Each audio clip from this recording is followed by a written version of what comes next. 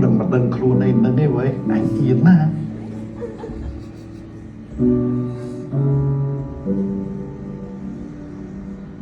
sẽ ra đã vô ba tụi lọc tập tèo với nhau ấy cô đừng không bệt chứ ba thôi thóp á nè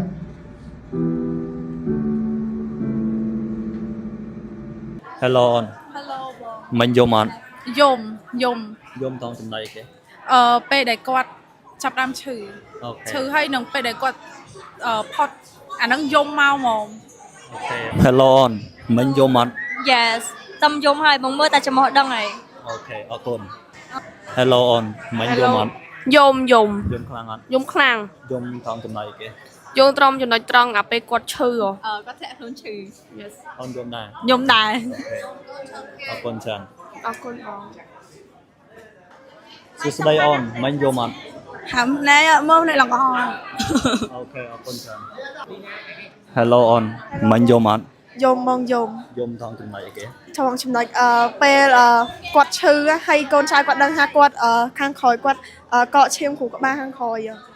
អូខេអរគុណច្រើនអូន កូនបង Hello on មិនយំអត់ យំណាយំឡើងហៅផ្នែក អូខេអរគុណ Hello on មិនយំអត់ មិញចង់យំដែរប៉ុន្តែវាថាមានវាអូនអំកបងយំអត់ចេញតែអូនអំក អូខេអរគុណច្រើនអូន Hello បងមិនយំអត់ យំ យំតង់ចំណៃអីគេ ចំណុចត្រង់ឪឈឺកូនអត់មើលថែ អូខេប៉ុណ្ណឹង ហ្នឹងហើយចឹងថាពេលដែលកូនដឹងគឺហួសពេល អូខេអរគុណច្រើនបង ចា ម៉ែបន្តពីមើលរឿងហើយម៉ែមានអីផ្ដាំផ្ញើទៅកាន់ក្មេងៗតើគាត់គួរតែមកមើលរឿងហ្នឹងអត់ មានតែកូនផ្ដាំផ្ញើដល់ក្មេងទាំងអស់ឲ្យគាត់គុំឲ្យគាត់រឹងទៅតឹងឲ្យស្ដាប់ប្រកបម៉ែហើយឲ្យគាត់គិតថាចេះម៉ាក់ប៉ាមិនដែរចង់បានស្អីពីកូននេះគឺចង់ឲ្យតែកូនល្អចឹងឯងកូនចាចង់ឲ្យកូនល្អពេលគាត់បដៅអាណាខុសយើងបោះចោលទៅអាណាត្រូវយើងយកមកចឹងហើយយើងត្រូវគិតថាគាត់ណាបដៅឲ្យយើងល្អឲ្យយើងអីហ្នឹងណាដើម្បីសម្រាប់មិនសម្រាប់គាត់ទេសម្រាប់ខ្លួនយើងឯងកូនចាសម្រាប់ខ្លួនយើងដែលយើងធំទៅយើងចាស់ទៅអនាគតទៅយើងអត់ធ្វើការលំបាកកាលណាយើងចេះទៅយើងមានតម្រេះនឹងយកទៅធ្វើការអញ្ចឹងឯងដើម្បីខ្លួនឯងហ្នឹង និយាយទៅនៅលើโลกនេះគ្មានពីណាគេចង់ឲ្យយើងល្អជាងម៉ែឪយើង យើងអត់ទេកូនពេលយើងមានពោះគេអបអរយើងតែដល់ពេលយើងធ្លាក់ដល់ចំណុចសូន្យគឺគេអត់អបអរយើងទេតែបើម៉ែយើងទោះបីយើងចំណុចសូន្យពិការនេះពិការជាងយ៉ាងណាក៏ដោយគឺនៅតែកូនល្អដែរ បាទ ខ្លួនឯងចាំទុកឯងមានអ្នកណាសំខាន់ជាងម្ដាយឪពុកយើងឯងទោះកូនធ្លាក់ដល់ចំណុចណាក៏ដោយក៏កូនត្រូវតែក៏គាត់ត្រូវតែទទួលកូនទឹកតាណិតកូនទៀតមកគាត់ឲ្យត្រូវចាំមកដូចគ្នាកុំឲ្យចំណត់ទឹកភ្នែកគាត់មានទេគាត់ ហើយចូលតាក់ទងជាមួយនឹងចំណុចខ្លះៗនៅក្នុងរឿងនេះម៉ែដោយចំណុចទូចៗដែរដែលកូនគាត់មើលរំលងម៉ែគិតថាហ្នឹងវាចំណុចធំឬក៏ទូចដែលมันគួរតែមើលរំលង អត់ទេកូនមិនចំណត់តូចទេចំណត់ធំដែរអាហ្នឹងដែលធ្វើឲ្យគាត់ឯកោ បាទ អាហ្នឹងដែលធ្វើឲ្យគាត់ឯកោណាកូនទៅគាត់ពេលបន់ចូលឆ្នាំគេត្រូវជួបជុំម៉ែឪ